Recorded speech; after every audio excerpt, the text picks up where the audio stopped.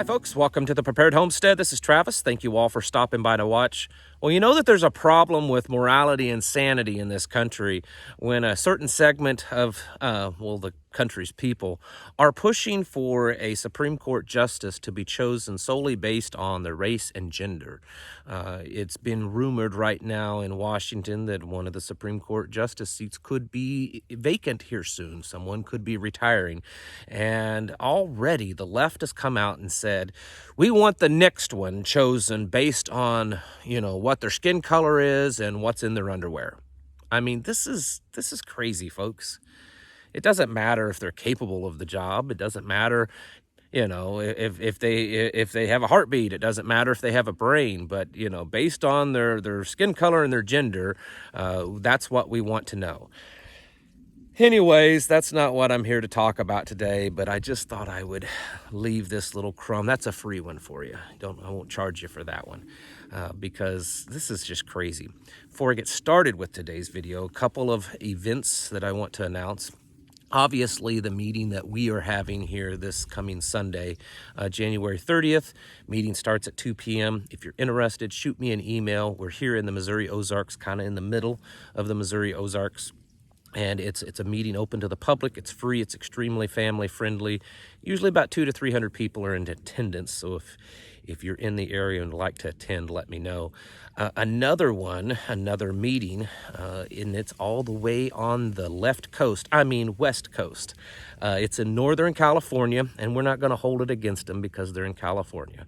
But in Etna, California, also this Sunday, January 30th, there is a Prepper Homesteading meeting. And if you are interested in going to that one, if you're in the area or you know someone that's in that area, give this person an email. Shoot them an email and they'll give you the details on where it's at. It's January 30th, which is Sunday. The meeting starts at 4 p.m. And I think they're just getting started with their meetings out there. This may be the first one. So head on out there if you're in the area. I think you're going to learn a little, but most importantly, you'll meet others like you. And that's a great way to connect with each other. That's in Etna, California. All right. Well, stock market's not been doing so good the last few days. Now, personally, I don't care. I've gotten out of the stock market years ago. It's just a place for the rich to steal all your money. That's all. But, and it's not a good, judge on what the economy's doing, but it certainly is kind of getting a little unstable right now. And today, once again, it's doing the same, and it's doing it because the Fed has indicated that probably within the next month or so that there'll be a rate hike.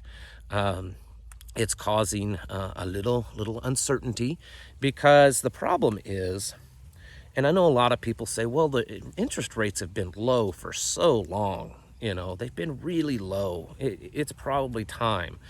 The problem is that we have so much debt. We're indebted so much that raising the interest rate is just going to really put a strain on our dollar. We're standing at just under $30 trillion in national debt. And it's gone up significantly just in the last year. I believe in the last year it's gone up somewhere between $700 to $800 million in a year's time, according to the national debt clock. And our trade deficit sets at $1 trillion. We're looking at a debt to GDP ratio of 127%, which is really astronomical, folks. That is really bad. And so looking at the economy and a potential rate hike, it's just not going to do very good. They're trying to slow down this inflation. Remember the transitory inflation that's really not that big of a deal. It was just going to happen for a little bit and then go away. Well, it is happening, and it's here to stay, and it's increasing constantly. And so they're going to try to do something to fix that by raising the interest rates. But I have a feeling, and I think they know this too, that it's not really going to work, because I think they're wanting to see an opportunity to push in a digital currency. They've already been talking about it. I talked the other day how the Fed has finally, basically admitted that, yeah, that's what they want to do. They want to push a digital currency, and that's what they're working on. They want to get away from the US dollar. we also see that obviously things are continually heating up in Eastern Europe. It's not going away. The president, his poll numbers are bad. The media is starting to kind of beat up on him and call his policies a failed embarrassment, especially with the recent Supreme Court shooting down his employer mandates. He's got to do something to kind of get the attention off of him. And of course, all the big banks and the central banking cartels, they also want to make some money, as well as with the military industrial complex. And, it's been a while since we've had a big war. And we've got this great reset that we're pushing, and the world's economies are in just a tailspin. And, the whole big global health crisis is kind of collapsing around us. So we've got to do something. We got to do something to shift gears and to get people's attention off of all the lies that we've spewed for the last 2 years. And, well, guess what? A big global war seems to just fit that bill. Now, I'm not saying that it's a definite thing, that it's going to happen, because I think it's still a little up in the air. But I would say that based on what is coming out of the White House, it does appear that that's what they want. There doesn't seem to be any talk or any indication that they're really willing to work this out, or that they even care about it. I mean, the fact that we've all of a sudden become so involved in this little country that has we have no interest in it whatsoever, indicates to me that there's a lot more going on. They need a good distraction. They need something to transfer some more wealth from you guys to them. And they need something else to help further along their global reset. And so I think that's what we're seeing play out. The White House has rejected basically every kind of proposal, and pretty much it looks like that the Russians have too. The White House has said that getting Ukraine into NATO is on the table, and that they will stand by that. Russia isn't backing down. Troop buildups, equipment buildup on both sides is happening daily. The possibility of this becoming an actual conflict, an actual war, seems to be good. It's interesting because the Ukrainian government is kind of downplaying it, and they're saying it's not that big a deal, and that it's not something that people should worry about.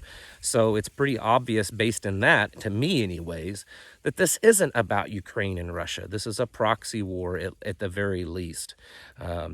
And I think we're going to continue to see it build up, and it's quite possible in the next days or weeks we could see some type of event happen that would give the U.S. government a reason to take further action.